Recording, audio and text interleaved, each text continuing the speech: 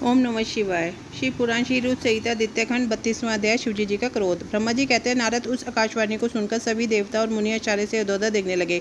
उनके मुंह से एक भी शब्द नहीं निकला। वे अत्यंत भयभीत हो गए। उधर भृगु के मंत्रों से उत्पन्न गणों द्वारा भगाए गए शिवगण, जो कि नष्ट होने से बच गए थे, शिवजी जी की शरण में चले गए। वहां पहुंचकर उन्होंने प्रभु का हाथ जोड़कर प्रणाम किया और वहां यज्ञ में जो कुछ भी हुआ उसका और सती के शरीर त्यागने का सारा वृत्तांत उन्होंने सुनाया। शिवगण बोले, हे महेश्वर, दक्ष बड़ा ही दुरात्मा और घमंडी है। उसने माता सती का बहुत अपमान किया। वहां उपस्थित देवताओं ने भी उनका आदर सत्कार नहीं किया। उस घमंडी दक्ष ने यज्ञ में आपका भाग भी नहीं दिया। हे प्रभु, दक्ष ने आपके प्रति बुरे शब्द कहे। आपके विषय में ऐसी बातें सुनकर माता क्रोधित हो गई। उन्होंने पिता की बहुत निंदा की। जब दक्ष ने उनका भी अपमान किया तो वह शांत होकर सोचने लगी। फिर उन्होंने वहां उपस्थित सभी देवताओं और मुनियों को फटकारा और जिन्होंने आपका अनादर किया था।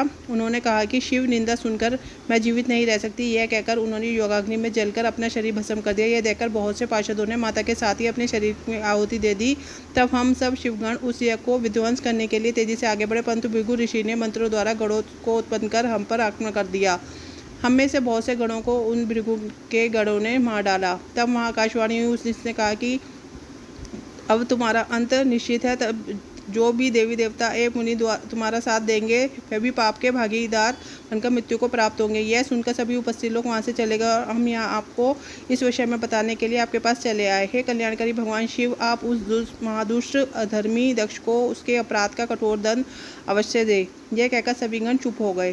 ब्रह्मा जी बोले, हे नारद, अपने पश्चातों की बात सुनकर भगवान शिव ने उस यज्ञ की सारी बातें जानकारी जानने के लिए तुम्हारा स्मरण किया। उनके स्मरण करते ही तुम वहां जा पहुंचे और भक्तिभाव से नमस्कार करके चुपचाप खड़े हो गए। तब महादेव जी ने तुमसे दक्ष के यज्ञ के विषय में पूछा। तब तुमने उत्तम भाव से उस यज्ञशाला में जो हुआ था वह सब वृत्तांत उन्हें सुना दिया। सारी बातों से अवगत होते ही भगवान शिव अत्यंत क्रोधी हो गए। पराक्रमी शंकर के क्रोध का कोई अंत नहीं रहा। तब लोकसंहारी शंकर ने अपनी जटा का एक बाल उखाड़कर उस कैलाश पर्वत पर दे मारा। जैसे ही वह बाल जमीन पर गया उसके 2 टुकड़े हो गए। उस समय वहां बहुत भयंकर गर्जना हुई। बाल के प्रथम भाग से पराक्रमी महाबली वीरभद्र प्रकट हुए, जो समस्त शिवगणों में शिरोमणि हैं। उनका शरीर बहुत बड़ा और विशाल था।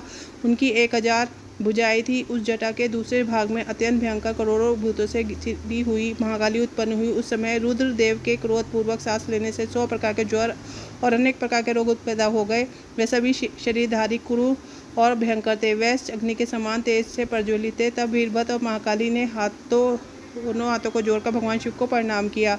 वीरभद्र बोले, हे महारुद्र, आपने सोम, सूर्य और अग्नि को अपने तीनों नेत्रों में धारण किया है। हे प्रभु, कृपा कर मुझे आज्ञा दीजिए। मुझे क्या कार्य करना है? क्या मुझे पृथ्वी के सभी समुद्रों को एक क्षण में सुखाना है? यह संपूर्ण पर्वतों को पीसकर पल भर में मसल का चूर्ण बनाना है? हे प्रभु, इस ब्रह्मांड को भस्म कर दूं या मुनि को जला कर दूं?